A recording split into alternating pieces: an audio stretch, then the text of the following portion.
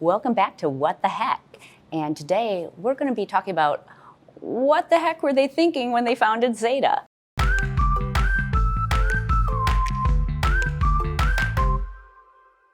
Okay, so let's go back to about 1897, and you have to put yourself in the founder's shoes, right? They've all been at college for a couple of years. Remember, this is 1897. You don't have TV, you don't have radio, you don't have the movies, you don't have cars. You're in a school that's kind of out in the country, and when you go to school, your parents leave you there in the fall, and you don't come home until the spring. So obviously, the founders needed to make their own fun. This is Frances Yancey Smith's personal copy of The Normal Light, which was the school yearbook at the time. And I kind of get the idea why they wanted to found something of their own, because the selections of things they had to do were different. Let's see, you could join the German club. The German club had nothing to do with the language. It was all about dancing. And the founders all seemed to really like that. There's a club called QOP or QOF. The motto of that club is "Take it and stuff it down your throat."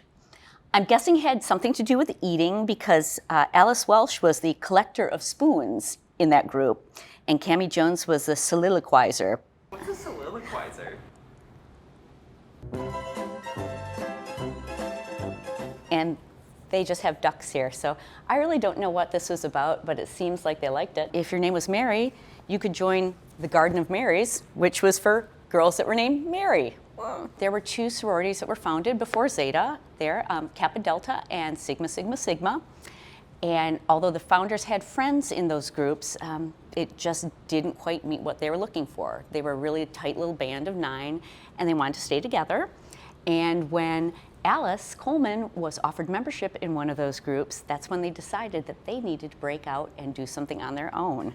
So after a couple of social events that you've probably heard about, the Oyster Party and the Strawberries, Zeta was ready to take their place on campus. Not everybody realizes that the founders really didn't have that much time together as Zeta Tau Alpha. Once the spring of 1899 rolled around, a bunch of them started graduating. So the founders that were left at school were looking for other avenues to kind of get that same sense of sisterhood and friendship. Frances even went so far as to found Chi. Now, Chi was a sorority of other sorority members. Maud actually brought a resolution at convention that Zetas could not belong to another sorority-based organization because she felt it diluted the Zeta experience. Although now the Chi Society still is in existence at Longwood, but it is a school spirit society. It's very secret, you don't know anything about it, but we do have documents and photos of when Frances founded it in 1901. So Frances kept the spirit of Zeta leadership alive at Farmville, and so did Bruce Houston Davis, who would go on to become our second national president. Now, Bruce became the editor-in-chief of the yearbook, among other things, and really it's her that we have to give credit to for keeping Zeta Tau Alpha alive during that period where organizations either sink or swim. This is Bruce here, and there's a really great photo of her. She had fabulous taste in clothes and hats. She was known for fashion. After Bruce graduated from the Normal, she became Zeta's second national president from 1904 to 1908. And when she retired in 1908, everybody in Zeta chipped in to buy her this gold and diamond monogram Zeta ring, which is one of the most fabulous pieces we have in the archive collection.